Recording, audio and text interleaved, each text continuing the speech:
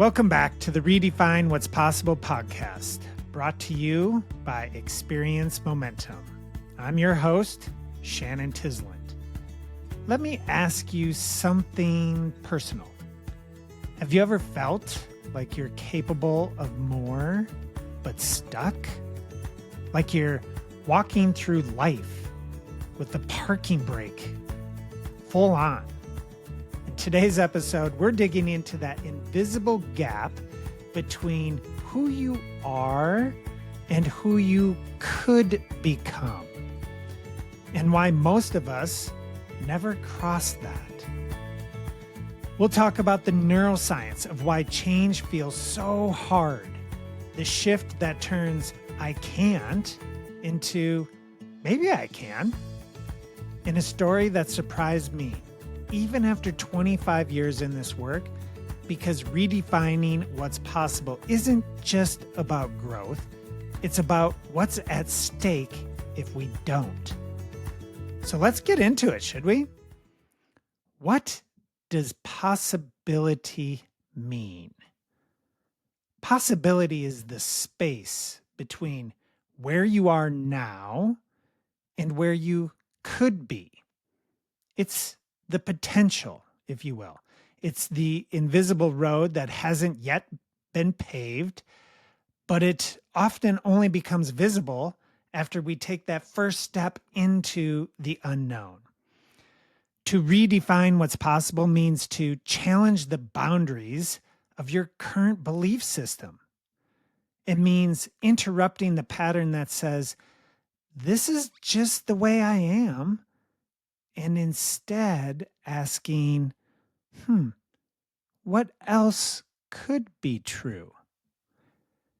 So the next time you find yourself thinking, this is just who I am, pause for a moment, reflect, and ask, what else might be possible for me right now?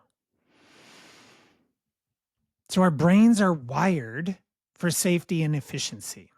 They love the familiar. For me, I drive the same route to work every single morning.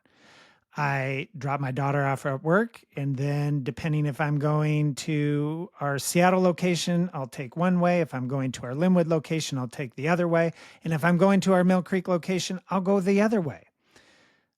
Like I said, our brains love the familiar. When we do the same things the same way, we get quick dopamine hits. Predictability feels good. And so a quick dopamine 101, dopamine is your brain's anticipation and reward chemical. It's like a motivational pat on the back.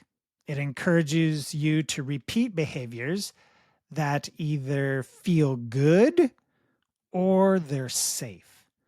That's why routines can feel comforting and why breaking them can feel so hard.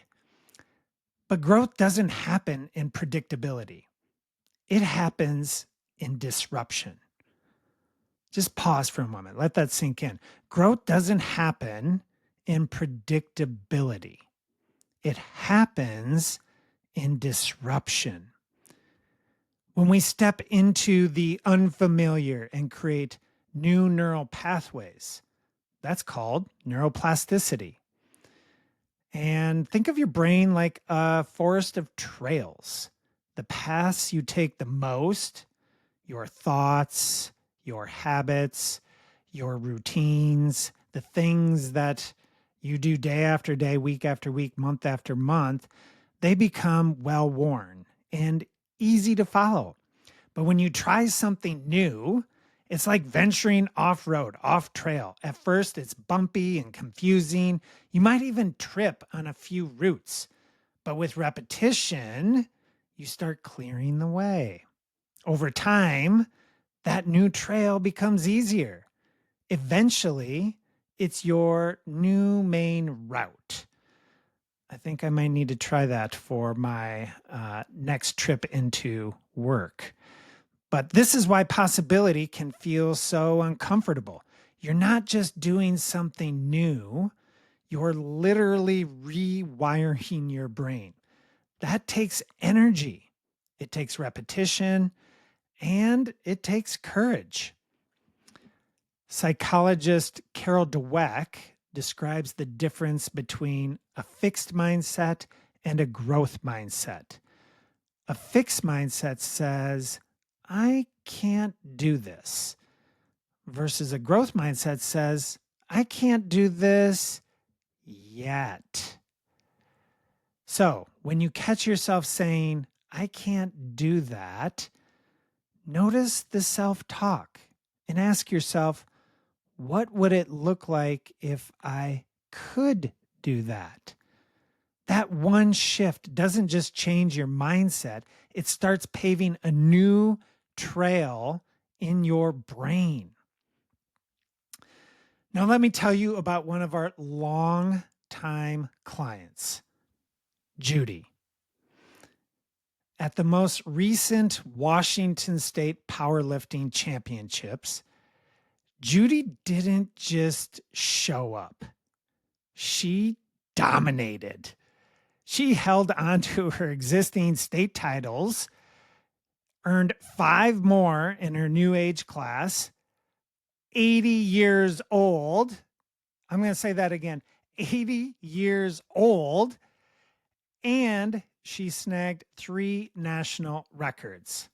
But what made this moment so powerful wasn't just the medals, it was the journey.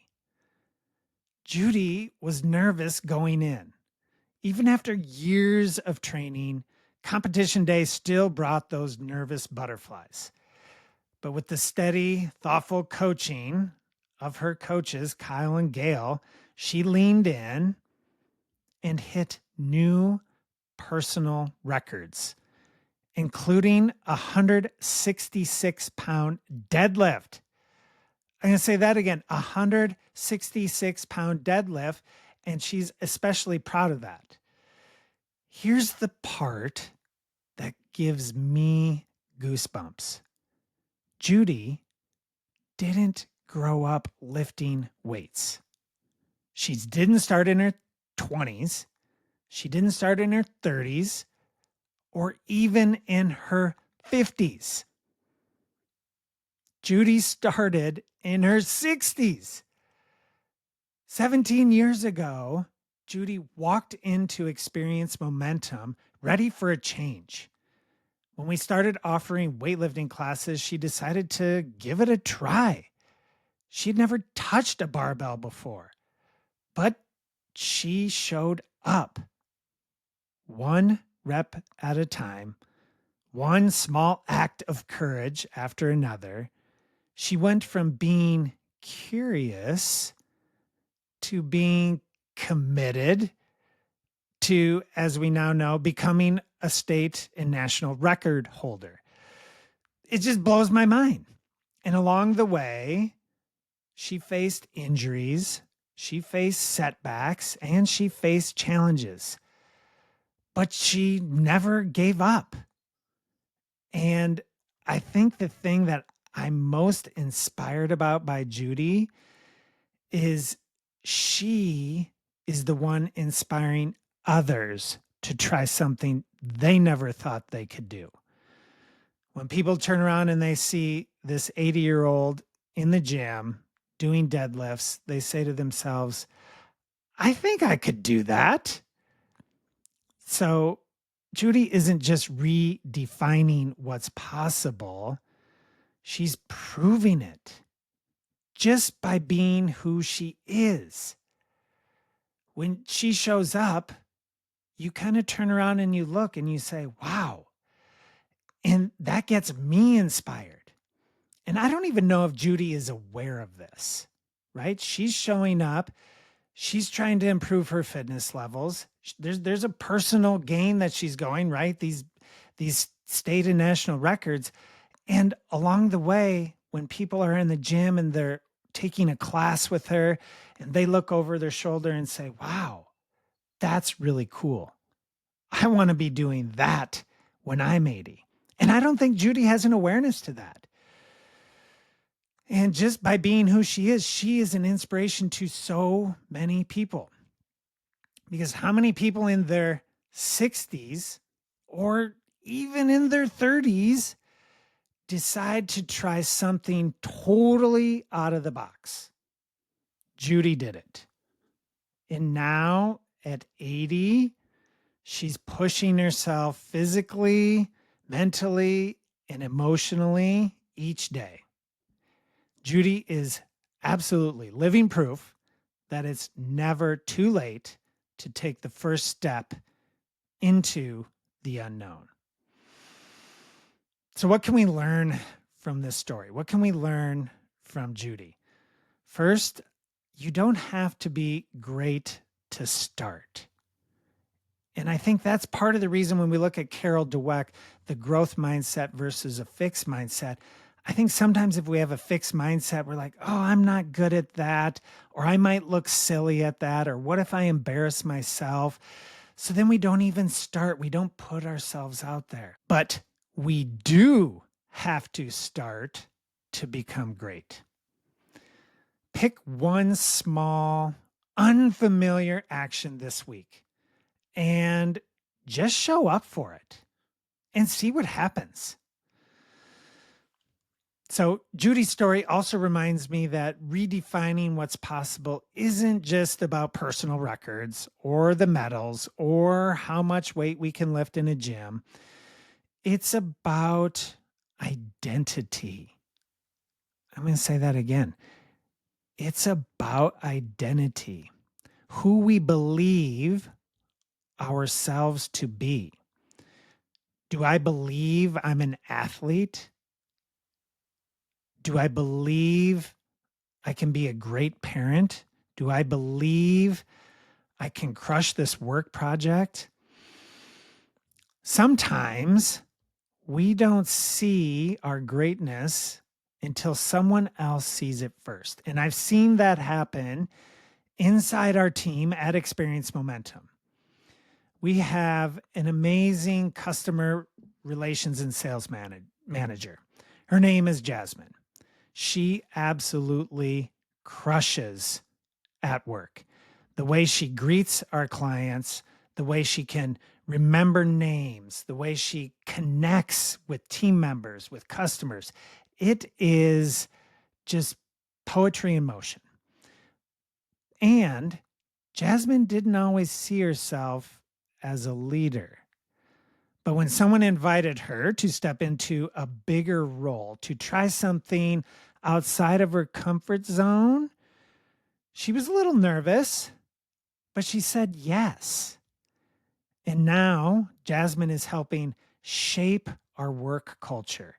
She's helping to lead others, develop them into who they could become. And she's inspiring our next generation of change makers. And it's so cool to see on a day-to-day level.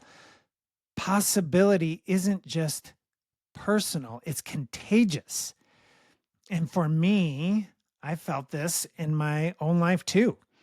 And I would say there was a moment years ago when I was holding my daughter for the first time. And that's scary. If you're a parent, in those first moments when you pick up that child and you're like, I've never been a parent, I've never done this. What is happening? My heart is outside of my chest. I can't even think straight, but there's this, for me, almost like this quiet wave of fear. Not the kind of fear that says, I can't do this, but the kind that whispers, will I do this well? Will I be enough for my daughter? Who? That's big. And I know for me, I had already built a business. I had helped hundreds of people take charge of their health, make positive lifestyle changes. But becoming a dad was this whole new frontier. And it asked me to redefine what leadership and presence meant, not just at work, but at home. And I had to learn to pump the brakes a bit. I had to learn to slow down. And truth be told, I think I'm still learning this every day. How can I slow down? How can I be patient? How can I be present? How can I be compassionate to all of our kids? How can I listen more? To learn to let go of control and be fully present with my family. And honestly, in that moment and still in these moments, it feels harder than any Ironman triathlon I've ever done or the business grind I've been in for going on 18 years. Because sometimes the bravest thing we do isn't launching something big. It's slowing down and being present for the people we love the most. That's what possibility can look like too. So to help ourselves with this, I think it's so important to surround ourselves with people who see more in you than maybe you see in yourself. Who's that group of folks that you're hanging out with? Are they challenging you? Are they encouraging you? Are they pushing you to become a better version of yourself? And I absolutely adore my wife, Kelly. She helps me be a better version of myself every day. And with parenting, I've been at it for 14 years and I feel like I might as well just be a parent for the first time. And the conversations we have and the coaching that we have to help each other talk through scenarios with our 4 kids, it's just priceless. So surrounding yourself with people that see more in you will help expand your identity when maybe your vision feels small. So redefining what's possible might look like pushing forward, or it might look like pulling back. Sometimes the boldest move is being fully present where you are, neither pushing forward nor falling back, but just slowing down to be present to your son, your daughter, your coworker, your friend, your spouse, your significant other. Just be quiet for a moment and be present. Let's think about that. And while we're thinking about that, I want to take a moment to talk about dopamine. We talked about it earlier. Dopamine is often called that feel-good chemical, but it's really the anticipation chemical. It drives us to chase the click notification, the scroll on the feed, to check that phone one more time. I know I am guilty of that. And that chasing doesn't lead to fulfillment. It leads to distraction. And I feel we are in a time and an era, and we hear this a lot, but the digital distraction is taking us away from what matters most. It takes us away from playing bigger, from exploring what might be.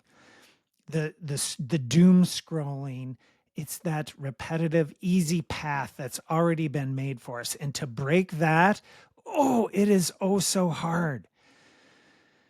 But sometimes redefining what's possible starts with putting the phone down, creating quiet, listening inward, because that's where new ideas, new patterns, and new growth begins. So, how can we do that? What does that look like in day-to-day practice? Maybe it is creating one phone-free window each day. Not the whole day, but like just a window. Maybe there's a mid-morning window from 9 to noon where you're like, I'm just going to put my phone down. This is me time. It's to be quiet, to be silent, to be present, to not be thinking about who's going to text me, my email, what's going on social. No texts, no notifications, just stillness. because that is where clarity lives. So, how do you begin redefining what's possible in your own life? Let's talk about a few starting points. You don't need to reinvent your life. You just need to plant the seed. So, bringing all this together, here's some tools to help you redefine what's possible. 1, interrupt the sleepwalking, that path that is worn. Say no to the numbing habits. Say no to the doom scrolling. That dopamine is making you do one more click. Make space for silence. Ask yourself, what else could I be doing right now? And if you're challenged on a belief, ask yourself, what else could be true? Why does this person think this way and I think this way? How is it that a 60-year-old can pick up a barbell for the first time? What else could be true for me? Think about that. 2, challenge your brain's default. When you think I can't, ask, what would it look like if I could? I want to say that one more time. What would it look like if you could do something? Think differently. Start a conversation.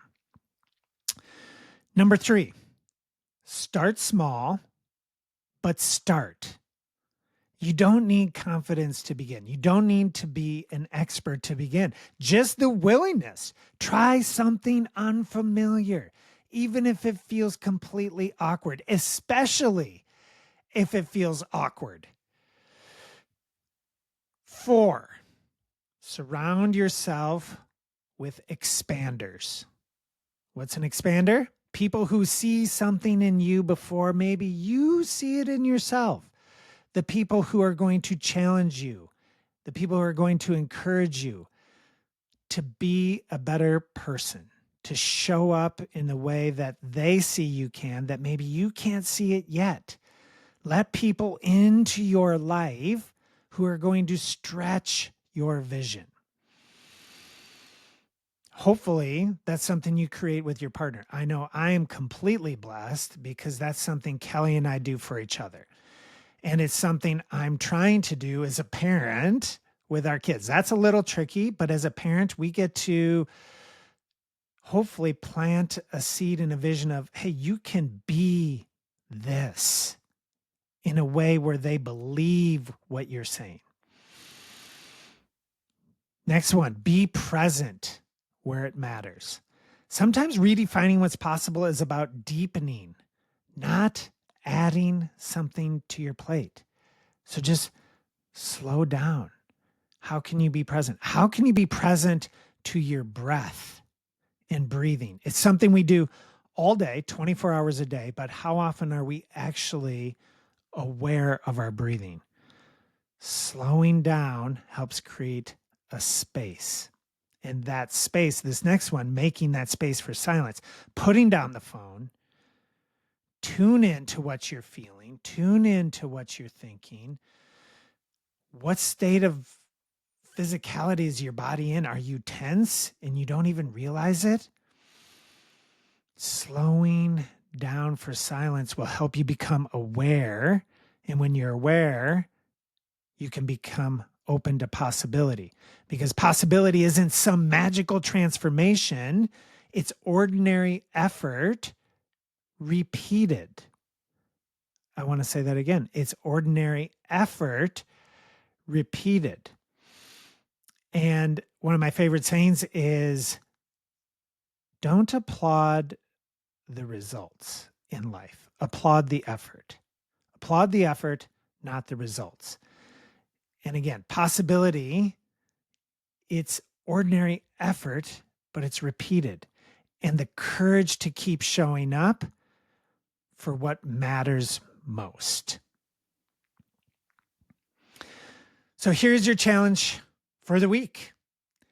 Do one thing that nudges your edge, something you wouldn't normally say yes to, something your future self, 10 years from now, 20 years from now, might thank you for. It could be reaching out for help.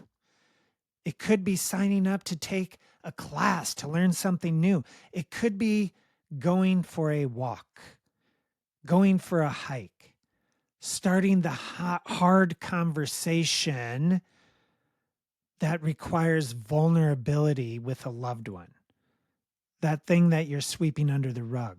Because redefining what's possible doesn't require reinvention, just a spark. So I want to thank you for being here. If this episode moved you, share it with someone who might need a little nudge of possibility. Let's keep growing together. And until next time, keep going, keep growing, and keep redefining what's possible. Thank you so much. Have a great day, y'all.